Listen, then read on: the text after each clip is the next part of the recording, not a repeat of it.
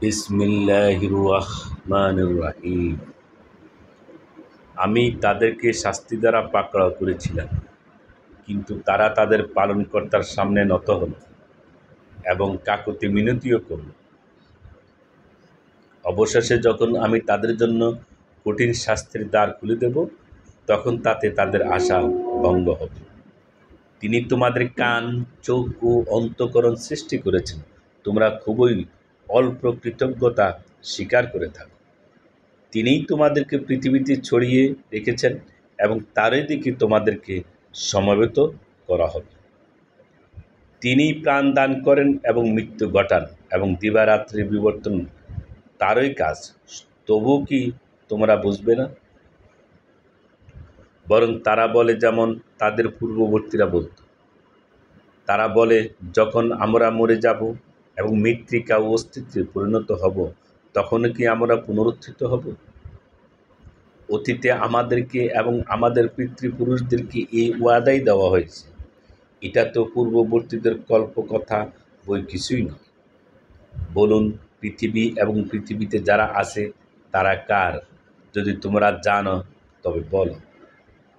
এখন তারা বলবে, সবাই আল্লাহর। বলুন, তবুও কি তোমরা চিন্তা করো না? বলুন, সপ্তাকাশ ও মহা আরশের মালিক কে?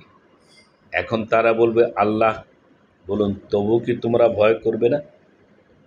বলুন, তোমাদের জানা থাকলে বলো, কার হাতে সব বস্তুর কর্তৃত্ব, যিনি রক্ষা করেন এবং যার কবল থেকে কেউ রক্ষা করতে পারে না। এখন তারা বলবে, আল্লাহর। বলুন, তাহলে কোথা থেকে তোমাদেরকে জাদু করা হচ্ছে? কিছুই নয়। আমি তাদের কাছে সত্য পৌঁছিয়েছি, আর তারা তো মিথ্যাবাদী। আল্লাহ কোনো সন্তান গ্রহণ করেননি এবং তার সাথে কোনো মাবুদ নেই। থাকলে প্রত্যেক মাবুদ নিজ নিজ সৃষ্টি নিয়ে চলে যেত এবং একজন অন্যজনের উপর প্রবল হয়ে যেত। তারা যা বলে তা থেকে আল্লাহ পবিত্র। তিনি দৃশ্য ও অদৃশ্যের জ্ঞানী। তারা শরিক করে, তিনি তা থেকে ঊর্ধ্বে। বলুন, হে আমার পালনকর্তা, যে বিষয়ে তাদেরকে ওয়াদা দেওয়া হয়েছে তা যদি আমাকে দেখান। হে আমার পালনকর্তা, তবে আপনি আমাকে গুনাহগার সম্প্রদায়ের অন্তর্ভুক্ত করবেন। আমি তাদেরকে যে বিষয়ে ওয়াদা দিয়েছি তা আপনাকে দেখাতে অবশ্যই সক্ষম।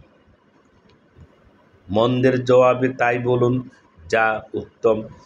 তারা যা বলে আমি সে বিষয়ে সবিশেষ অবগত। বলুন, হে আমার পালনকর্তা, আমি শয়তানের প্ররোচনা থেকে আপনার আশ্রয় প্রার্থনা করি এবং হে আমার পালনকর্তা, আমার নিকট তাদের উপস্থিতি থেকে আপনার আশ্রয় প্রার্থনা করি। যখন তাদের কারো কাছে মৃত্যু আসে, তখন সে বলে, হে আমার পালনকর্তা, আমাকে পুনরায় দুনিয়াতে প্রেরণ করুন, যাতে আমি সৎকর্ম করতে পারি যা আমি করিনি কখনোই নয়।